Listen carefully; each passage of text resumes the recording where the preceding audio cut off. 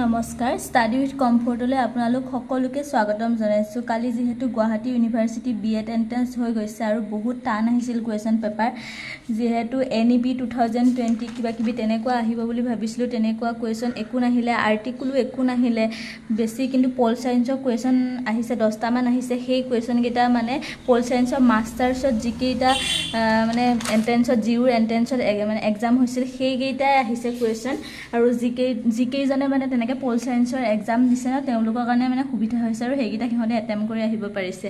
বাকী ইমান হেৰিকৈ নিদিলে, ভিতৰুৱাকৈ বহুত হিষ্ট্ৰী দুটা কুৱেশ্যন দিছে, বহুত ভিতৰুৱাকৈ কুৱেশ্যন দিছে, আৰু কাৰেণ্ট এফেয়াৰ্ছ G20 অযোধ্যা এইবিলাক একো নিদিলে। খালি UK প্ৰেচিডেণ্টৰ এটা কুৱেশ্যন দিছে আৰু আৰ্টিকুল মানে বহুতকেইটা দিছে, সেইকেইটা ইম্পৰ্টেণ্ট আৰ্টিকুলে হয় বাৰু যি কি নহওক মই ডিছকাশ্যন কৰোঁ কুৱেশ্যনকেইটানো কেনেকুৱা আহিছে, যাতে পিছৰ জেনেৰেশ্যনেও চাব পাৰে ভিডিঅ'টো কেনেকুৱা কুৱেশ্যন দিছে। যিহেতু কুৱেশ্যন পেপাৰ নিদিয়ে আমাক, চ' মই ভাবিলোঁ কুৱেশ্যনকেইটা অলপ ডিছকাছ কৰোঁ। ফাৰ্ষ্টে এইটো এনেকৈ আহিছিলে কুৱেশ্যনটো 5131441 এনেকৈ ৰুট অভাৰ দি আহিছিলে, এইটো এনচাৰ 22 হয়। আৰু তাৰপাছত আহিছিল 17 জানুৱাৰী 1998। মোৰ যিকেইটা মনত আছে সেইকেইটাহে আপোনালোকৰ ওচৰত ডিছকাছ কৰিছোঁ। ৱেডনেছডে হ'ব এইটো। RMS এষ্টাব্লিছ 2 মাৰ্চ 2009, কিন্তু আমি মানে পাইছোঁ 2009 মাৰ্চত হৈছিল, ডেটটো নাছিল, কিন্তু এক্সামত ডেট আহি গৈছে, সেইকাৰণে আপোনালোকে ডেট চেট চব মনত ৰাখিব লাগিব। তাৰপিছত এতিয়া যিহেতু বড়োলেণ্ডৰ আহি আছে, বড়োলেণ্ডৰ চাগে টানেই আহিব কুৱেশ্যন পেপাৰ, বহুত ভিতৰুৱাকৈ চাব লাগিব আমি। আৰু আৰ্টিকুলবিলাক ভিতৰৰ আৰ্টিকুল যেনেকৈ ইণ্টাৰ ষ্টেট ৰিলেশ্যন, লেজিছলেটিভ এছেম্বলিৰ লগত ৰিলেটেড আৰ্টিকুলবিলাক আমি চাব লাগিব। বড়োলেণ্ডত আহিব পাৰে, কি সেইটো নাজানো, কেনেকুৱা প্ৰশ্ন আহে কাটাজনে জানিব, তেওঁ মানে বিএডৰ এজামশ্যন কৰি মানে কৈছোঁ তেনেকুৱা কুৱেশ্যন আহিব। আৰু এইটো 109 হয় answer, the sum of the prime number between 30 to 42 এইটো হয়। তাৰপিছত আৰু এইটো কি প্ৰশ্ন আহিলে মই নিজে নাজানো। উৰিয়া ধান ইজ অলছ' ন'ন এজ, এনেকৈ বাও ধান আহিছে, শালি ধান আহিছে, নান অফ দ্য এবভ আহিছে, তেনেকুৱা আহিছে। এইটো কোনোবাই যদি জানে, কোনোবাই লিখিছে যদি কমেণ্ট কৰিব। তাৰপাছত হৈছে SVYB, তাৰপিছত এইটো আহিছে, তাৰপিছত 3+3+ কৰি গ'লে এইটো এনচাৰ ওলাব, ওলাব। আৰু তাৰপাছত আহিছে 7 নম্বৰ, এইটো আহিছে ACEFGH, আৰু এইটো একো অহা নাই, এইটো কি বহাব লাগিব সুধিছে, আৰু PON অপশ্যনত কিবা কিবি আহিছে। এইটো এনেকৈ হয়, A লগত 5টা যোগ কৰিলে F পাম, আৰু C লগত যদি 4টা যোগ কৰোঁ G পাম, আৰু E লগত যদি 3টা যোগ কৰোঁ H পাম। তেনেকৈ এইটো আকৌ 5টা যোগ কৰিলে K পাম, G লগত 4টা যোগ কৰিলে K পাম, আৰু H লগত 3টা যোগ কৰিলে K পাম। এনচাৰটো K।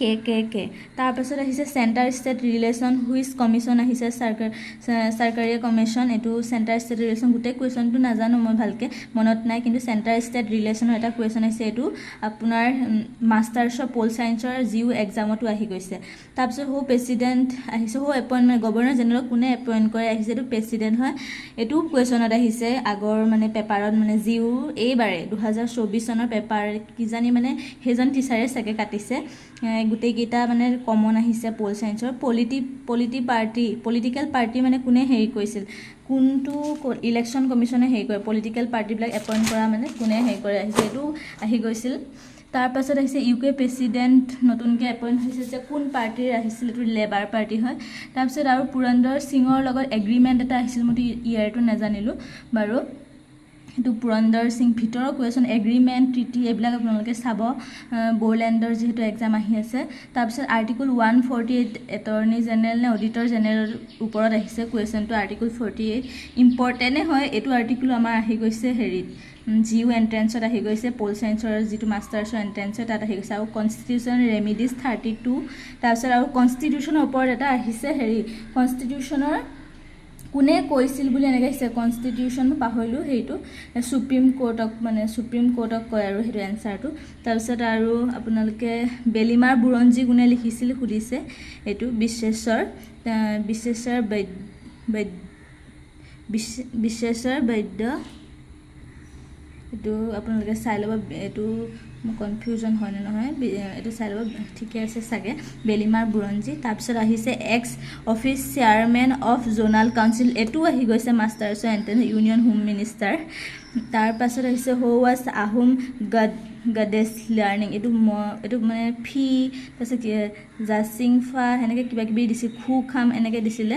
বহুত টান ভিতৰুৱা কুৱেশ্যন আহিছে, ক্লাছ 9ৰ আছামিজত বোলে আছিলে এই কুৱেশ্যনটো। আপোনালোকে সেই 9, 10 তেনেকুৱা সেইবিলাক গোটেইবিলাক চাব লাগিব।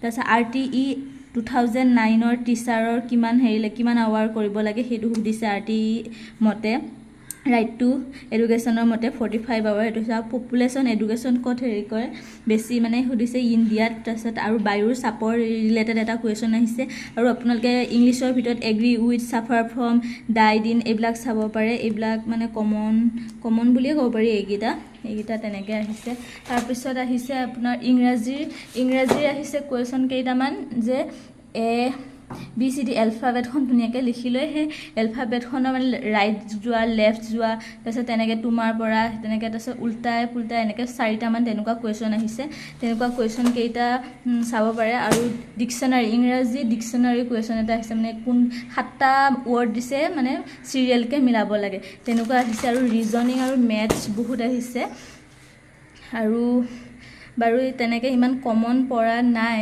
বহুত টান হৈছে এক্সামটো যিহেতু যোৱাবাৰ 2023 চনৰ এক্সাম বোলে বহুত সহজ আহিছিল ইয়াৰ তুলনাত চ' কেণ্ডিডেট বহুত বেছি হোৱাৰ কাৰণে চাগে আৰু কম্পিটিশ্যন বেছি হৈ আহিছে সেইবাবে চাগে এইবাৰ গুৱাহাটী ইউনিভাৰ্চিটি অলপ টাফ পেপাৰ কাটিছে যিহেতু টাফ পেপাৰ কাটিছে কাট অফো চাগে কম যাব বাকী ৰিজাল্টটো দিব 31 মানত 29 তেনেকুৱা দি দিব চাগে বাকি ডিব্ৰুগড় ইউনিভাৰ্চিটি চাগে সকলোৰে ভালে হৈছে পেপাৰ ইমান টানো অহা নাই ইমান ইজিও অহা নাই মন চন বেয়া নকৰিব আজিলৈ ইমানেই all the best Bodoland university আকৌ ভালকৈ দিয়ক মনত দুখ কৰি নাথাকিব ইমানেই